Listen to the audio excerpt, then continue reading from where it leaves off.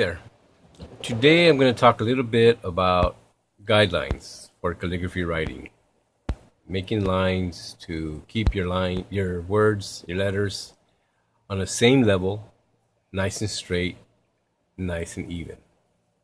Okay, the first and most basic tool is a ruler, right?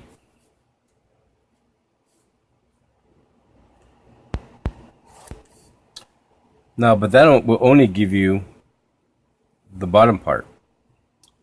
Another tool that I like to use is called an Ames lettering guide.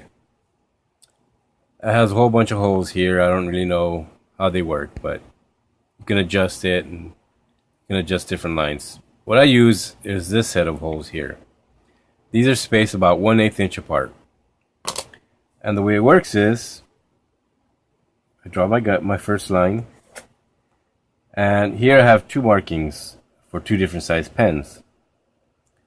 And all you do is put your pencil inside the hole and run it across the straight edge, and you have your different lines.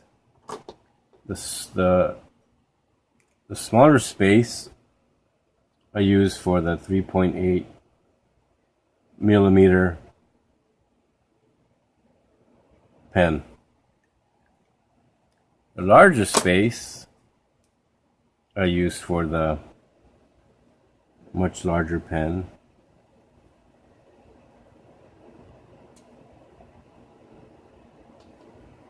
The 6.0 millimeter pilot parallel pen. So if you just want a bottom line, make you one line, or you can use this tool and make your equally spaced lines always the same using this guide.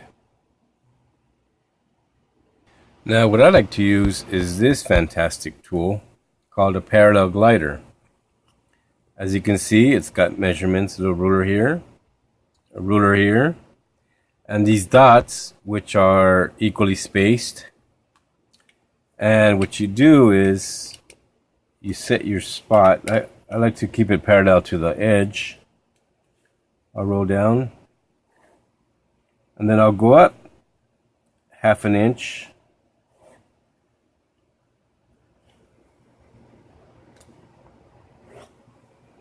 ¾ of an inch,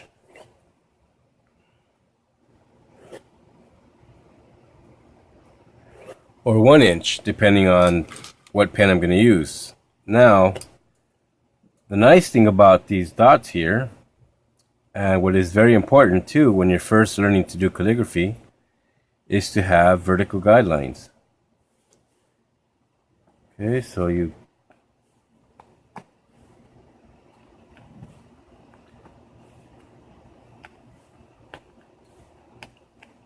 now, the reason I'm doing this is that it's very important for beginners. I even consider myself a beginner. So that when they do calligraphy, you have a guide to keep your letters vertical. See how I'm trying to follow this line here, so that it's nice and neat. Because with calligraphy, it's very important to keep your letters at the same angle, whether it's vertical or at an angle. If you can do calligraphy without these guidelines, fantastic. That's our goal. But not everybody can, including myself. And it's very important that you use these guidelines to help you keep your words uniform, to give it that little bit more professional look. Otherwise, when you do calligraphy and the letters don't match,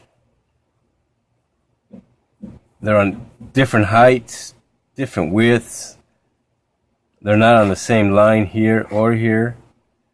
It looks very sloppy. I mean, unless it is meant to be written that way, which some people do, and it looks beautiful.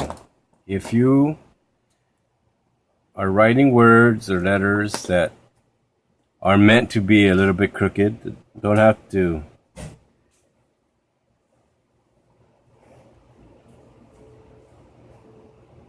that don't really match.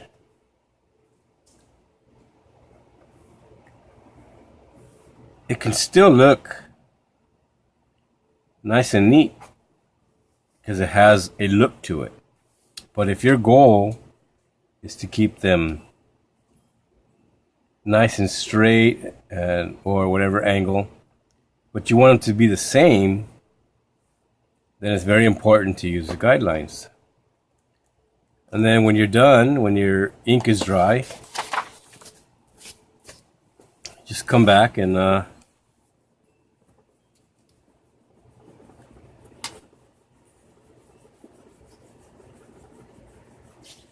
erase the pencil marks.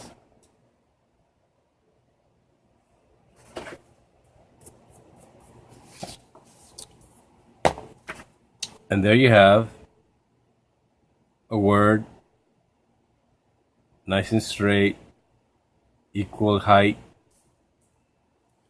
and it really improves how your work looks. I hope you enjoyed this video, kind of explaining a little bit about guidelines and the importance. Keep your work nice and neat to achieve the goals that you see other artists do. If you don't need the guidelines, hey, that's wonderful. Sometimes I use them, sometimes I don't. Mostly I do, because it just looks so much nicer. So I hope you enjoyed this video. I had fun doing it, making it for you guys. And if you can follow me on YouTube. But thanks for listening and thanks for watching. I hope you enjoyed it. Bye-bye.